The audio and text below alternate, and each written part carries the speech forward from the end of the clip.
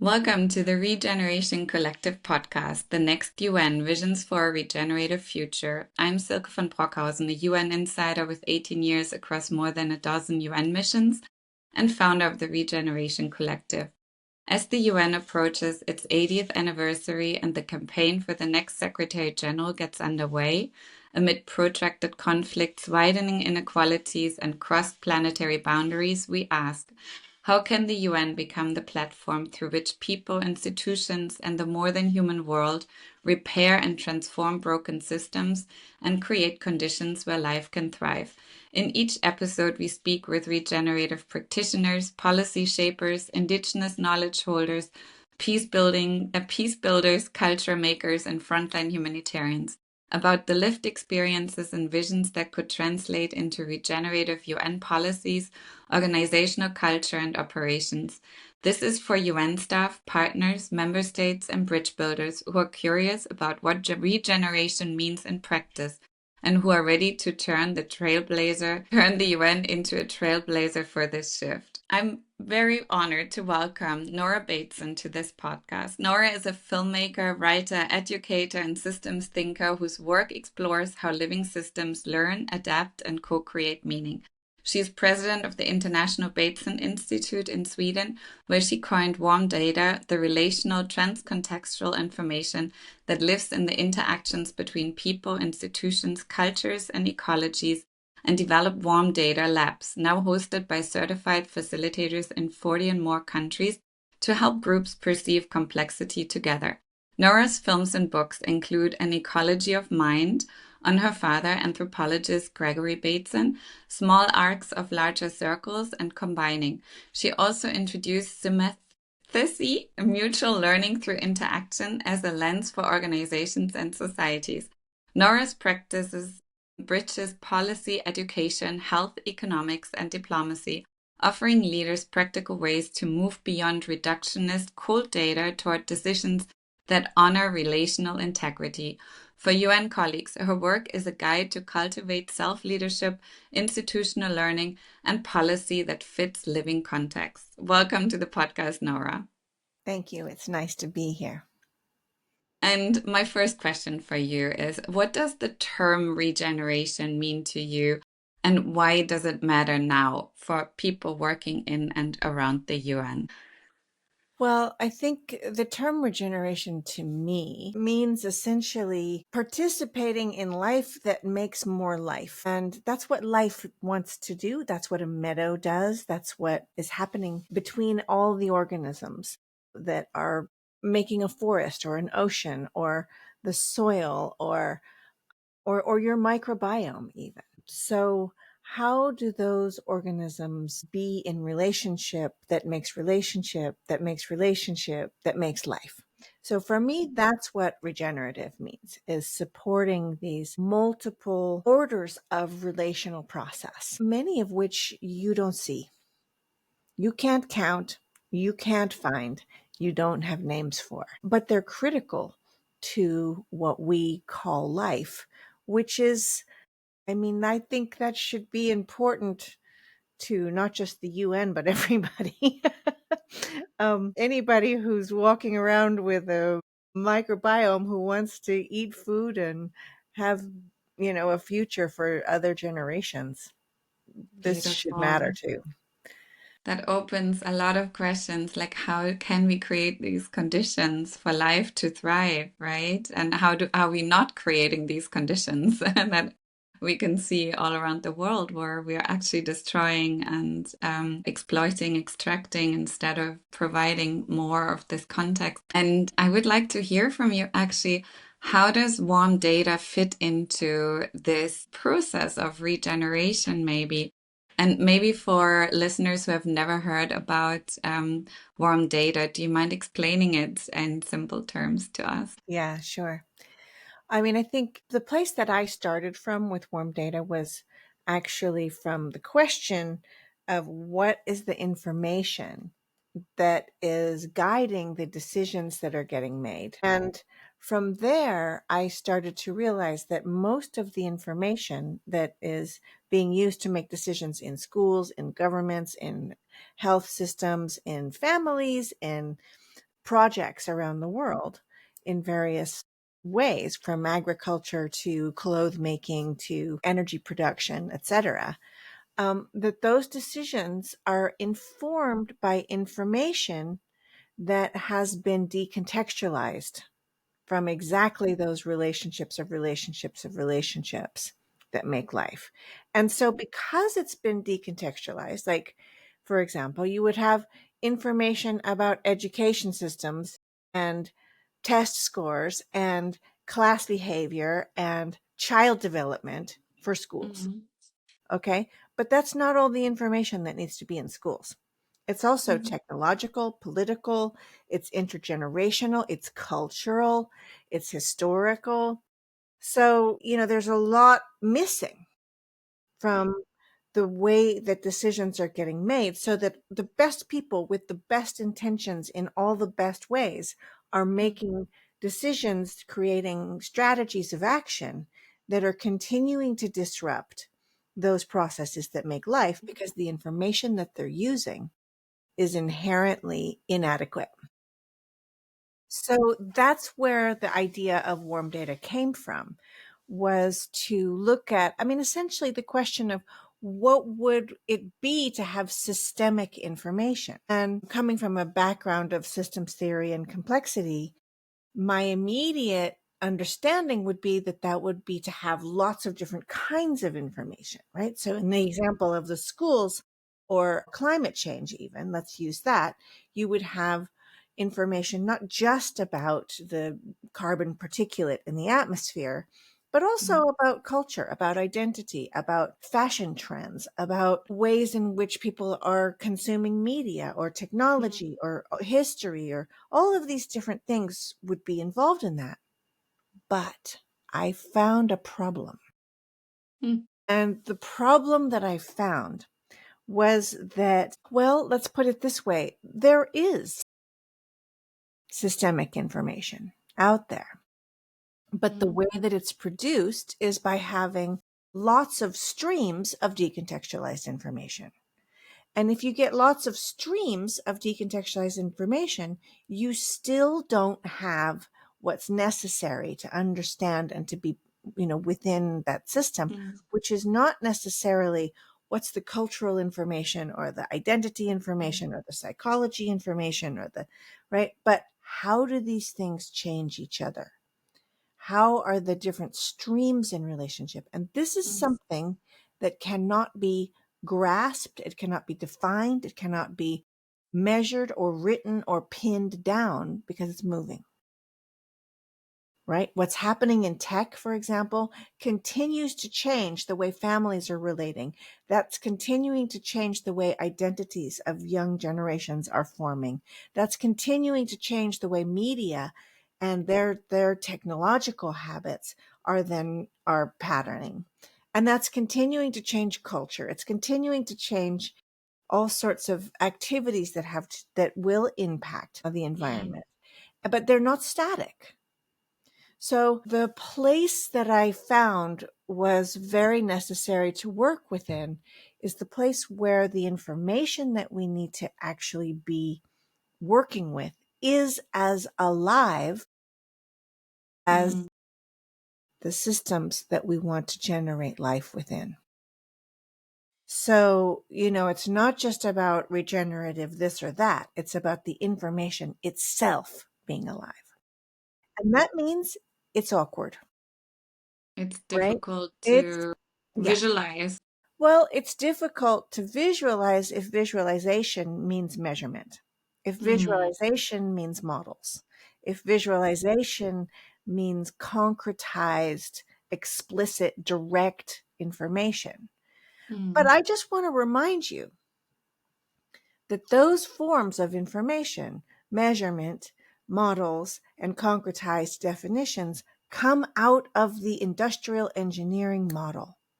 This is the way that information is created, in the exact way of thinking that's destroying these systems. Reductionists and not adequate for the complexity that we actually live in right now, or have always lived in, but becoming more and more aware. In the UN, we have the 17 Sustainable Development Goals as our big KPIs that needs to be achieved based on our plans by 2030, and we are very, very far from achieving them.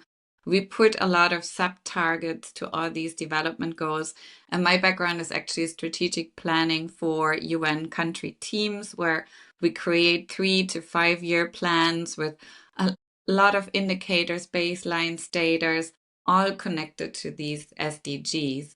And what I hear you saying is that this is way too simplified, and it will, if we use that as our goal, it is not, it's going to repeat the same patterns we had before. It will not provide the actual picture, and therefore the decisions we are making based on this are ultimately flawed, or at least not in the right context. And my question for you would be, how would you shift that? How would you actually get the warm data into these conversations? Because we, on one side, we do need to provide still this cold data, this reductionist data to feed into the whole system, the machinery, to satisfy the donors that are giving money and they want to see it. How can we do it, and what needs to change so we are able to do this? Well, I mean, ultimately, if if systemic work is what is wanting to be done, because we have multiple systemic issues that are generating multiple systemic crises. As I understand it, that is the work of the UN to address those crises, from human rights to agriculture and food to energy to political peace and so on. I mean, if you really want to do that, you're going to have to let go of those KPIs because it is only a return to the same system that's producing the problem. But that's a pretty radical thing to say. And it's I will just say this, the fastest way to make change is not that. That's probably the slowest way. And that's because when you're actually generating and working with the complexity on the ground, the shifts that happen fast and they happen without correlation. They won't be on your charts. You won't even see them. If you're looking for particular measurements, the bad news is you'll find them. In fact, I would venture to bet that there are basements full of binders of lots of measurements that show that everything is going exactly as it should, and it's not. So, I mean, all of this accumulation of data to please donors shouldn't be pleasing the donors because that data is actually a huge distraction from the real change that can be taking place. Okay, now I know I'm being radical. That's the world I operate in, and that's why I don't work with the UN. They wouldn't have me. But I will say this. I would recommend the following. Take your SDGs and place them at the end of the project, not the beginning. Instead of starting a project and saying, this is going to fulfill these 3 SDG requirements, we're going to do 17, 14, and 12. Do what seems like it needs to be done, what's needed on the ground, and at the other end, tick off the ones that it met. So instead of trying to preload your projects with definitive goals, look at what's happening. Tend to nourish the relationships on the ground that nourish relationships. And on the other side, after some amount of time, tick off whichever ones have been met. In my experience, all the projects that I've done have met all of the goals, but they never set out to meet any. If I had set out to say, this is a project on women's health, I would have disrupted all sorts of other complexity. What about family? What about work? What about economy? What about ecology? What about, all kinds of cultural issues and so on and so forth. And if you just tend the relationships, you're going to meet all kinds of complex processes will unfold and you'll be so surprised. But it's the other way around. No, Just I to think feed the ghost that wants the measurements. That's the way I would do it, is backwards. I hear you, and I think that's a beautiful approach, and it's something I personally feel is absolutely necessary to make our work relevant in each context we are working in, and not for dashboards or reports, but actually for the people and also the environment we're Mhm. working in. I mean, one of the biggest tasks of the UN is to rebuild places that have been affected by disasters, conflicts, and other catastrophes. And my question would be, just practically, how would you get started to to build these relationships, to get the context, the full picture somewhere? What would be the intention you go into that is helpful, supportive to the context you are in? Well, in those situations, what you're immediately entering is a state of rupture. And I think, in my experience of being in situations like that, the relational work is already begun. More than likely, the removal of existing systems, like people going to work every day and people being in their homes and people sending their kids to school every day, those patterns of life, go to the grocery store, make the dinner, drive the car, those, when those patterns are broken, it's actually possible to enter and to provide the possibility of generating very new patterns of being. But my suggestion would be not to have a pre-existing idea of what that should be. Let it emerge. Mm-hmm. I think the temptation is to pre-assess what the right thing is for a group of people. And I mean, I'm sorry to say it, but that's basically neocolonialism. So, coming in with an idea of what you think is the right thing for somebody is already down the wrong rabbit hole, and it leads to all sorts of things. But coming in and basically saying, I'm here to support, and what can we do to, I mean, with my work, what the Warm Data Lab does is it generally just opens up a kind of multi-contextual conversation where people tell stories to each other. And there's absolutely no agenda. There's absolutely no predetermined outcome. There's no flip chart of takeaways at the end. I'm not interested in any of that. I'm just interested in giving people the opportunity to perceive what's happening with them from lots of different directions. And Mm-hmm. then with that perception, let them do what they need to do. Right? The perception is the action. What you're perceiving is going to direct what is perceived as possible next. So, you're probably talking to one of the most radical people on the planet about what to do about this, but that's what I would do. And I don't believe in telling people how to live or how to think or how to feel. Mm-hmm. I don't believe in top-down models. In my experience, what I have seen over and over again in multiple cultures, in many situations, is that the depth and the creativity that is on the ground in states, especially in states of dire suffering, is so profound. And the insult of coming in with a predetermined idea of how to fix it is cringe. It's definitely not, it's the world that we've lived in, but it's not the world that's going to make life. And it's not sustainable if you want to bring your own ideas of how the world should look like into a context, and it just doesn't fit into the patterns that have been created there, then you might have a short-term result. And after a while, when you're gone, then the things are back to normal, and what you did had absolutely no impact and maybe even made it worse. So working really with and for and not over people is ultimately so important.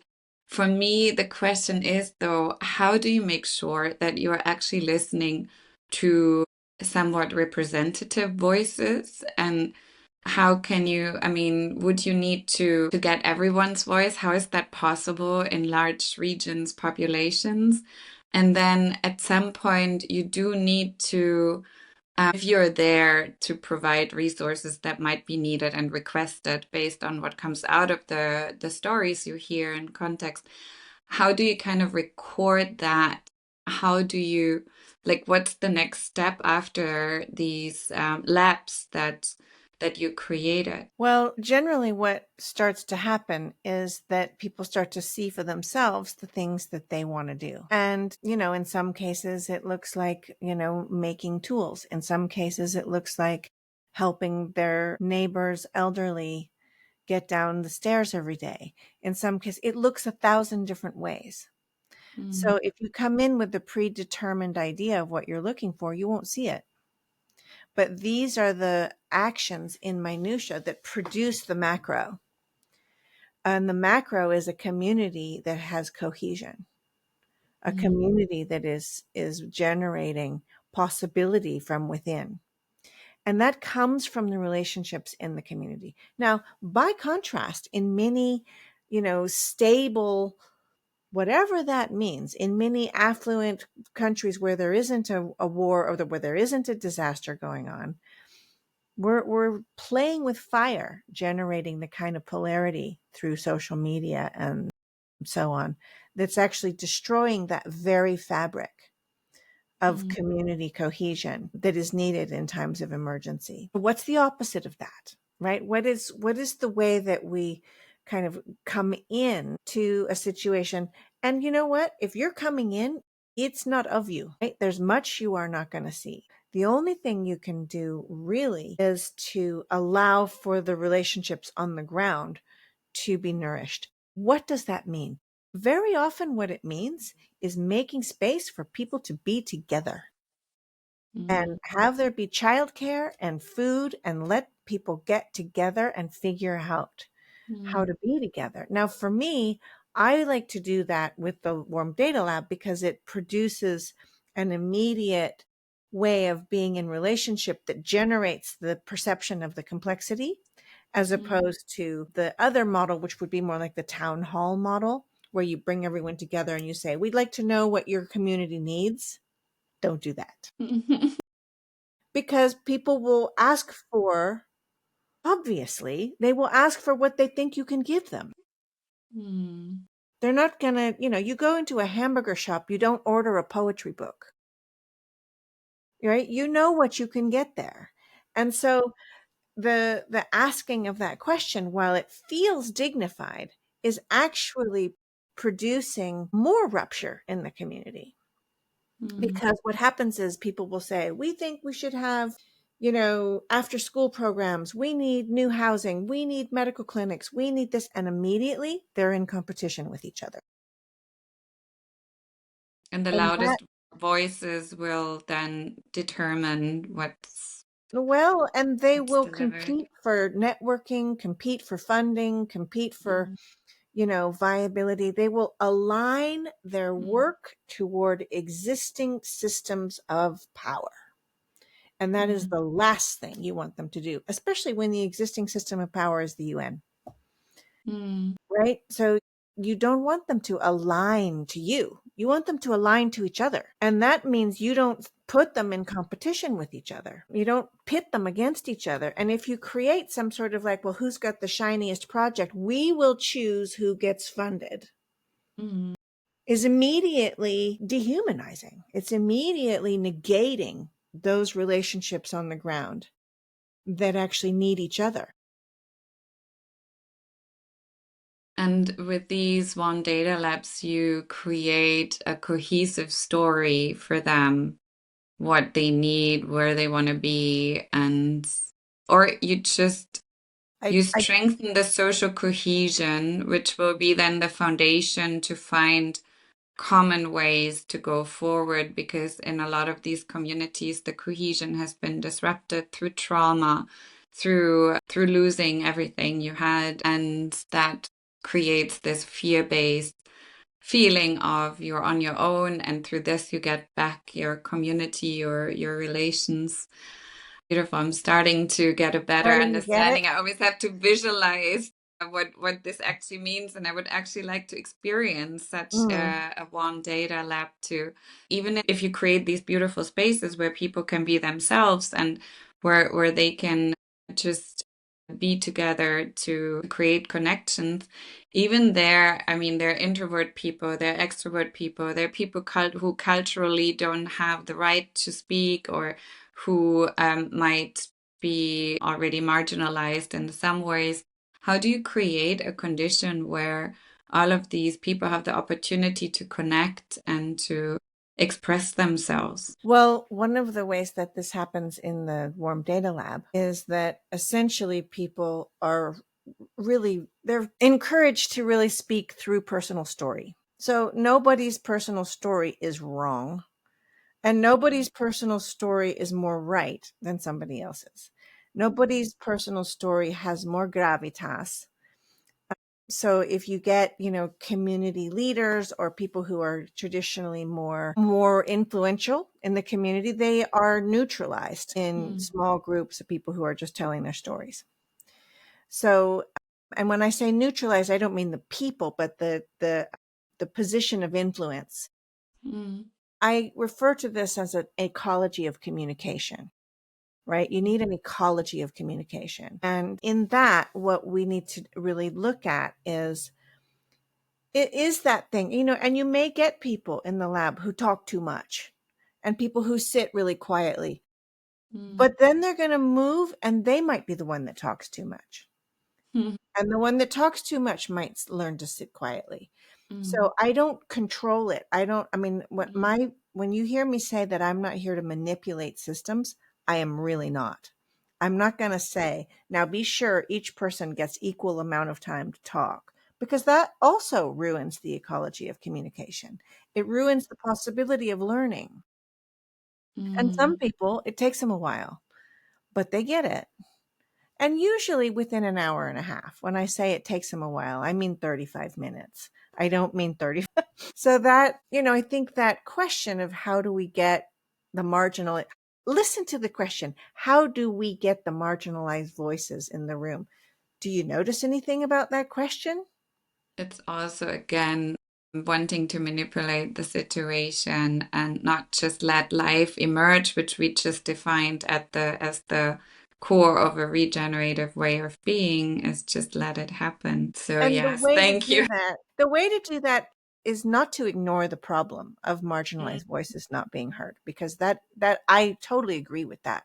But the way to address that is in the minutia, in the granular, in the detail. And the stories that people will tell are everything. They're everything. And so human to human, there is an ancient analog right to be together and tell each other stories for no reason whatsoever, without agenda, without outcome, without manipulation, without assessment, without any kind Around of, the campfire.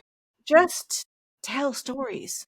And in that process, we begin to see each other's complexity. We begin to see our own complexity. And through that, I mean, when we look at any act of violence, any act of polarization, any act of conflict, always what we're seeing is justifications for actions that have been made by eliminating context, Mm. by taking away the story, by taking away the stories. And it doesn't, the stories around the ocean, right? The ocean is not just the ocean. It's a huge part of the oxygen. It's a huge part of the world's circulation. It's right. The soil is not just the soil. The families are not just families. They're the future and the past generations of culture. So in every moment when we're saying, this nation or this people or this organism or this river, we're separating it from all of the stories that are connecting it. And that separation is informed by old, several hundred years, probably more, of the desire for control. And that Divide desire, and rule. Right. Already And the Romans knew it. exactly. So, well, I mean, that goes way back to the Chinese. So it's, the art of war. So divide and conquer. And this control is part of what we mean by metrics. It's part of what we mean by predefined goals and assessment and the abstraction of these processes. It's not connected to life. What you just explored with us here on this podcast, I think, is a whole new way of leading, being, of governing our world, like the way you're describing it. It feels going back a lot into who we are as humans and unlearning what has made us less human, maybe over the years, if I can put it this way. And it's definitely a whole different way of how the UN internally functions, which is much more bureaucratic, hierarchical, and much more rigid and controlling in many ways. Still, I feel this is where we have to head into listening to each other's, into understanding the whole background and looking at the relations, and then understanding that we are all the same, all human beings on this planet in this together. So my last question for you that I ask everybody is, if you would now be at the helmet of this organization as the new Secretary General in 2027, what would you do in your first 100 days to get the whole organization towards the beautiful scenario that you described earlier? The first thing I would do is actually stop having people write reports. It's taking way too much time and it doesn't mean anything. And the second thing that I would do is I would look for people who are looking to nature for learning about how systemic change actually takes place. And those people are not necessarily the people that are guiding the eco movement or the climate movement or the human rights movement, but I would be really looking for those people who are Mhm. studying how systems change. How does the body heal in multiple directions simultaneously? What right what this business of understanding that we're working with a complex living system, not a machine. Mm. So those would be the people that I would be bringing in. And if anybody wants a list, I'm happy to give you one. But that's because that type of perception, that quality of perception is needed everywhere. And unfortunately, it's not something that has been practiced or valued or really in any way nourished. So, but now we're at the place in, at least in human history, where I don't think there's a single thing that we can respond to where we don't need it. I mean, you could be talking about fleas on dogs and think that you can just easily be talking about some sort of medication, but it's not just that. It's people's whole relationship to big pharma. It's people's relationship to their, it's the increase in the temperature that's making the fleas more prolific. It's the diet and the dog food. So no matter what you're doing right now, even when it seems inconsequential, but certainly in these larger emergencies, there's nothing we can move into right now that doesn't require a deep practice in perceiving complex systems and how uniquely they move, which is not like a machine.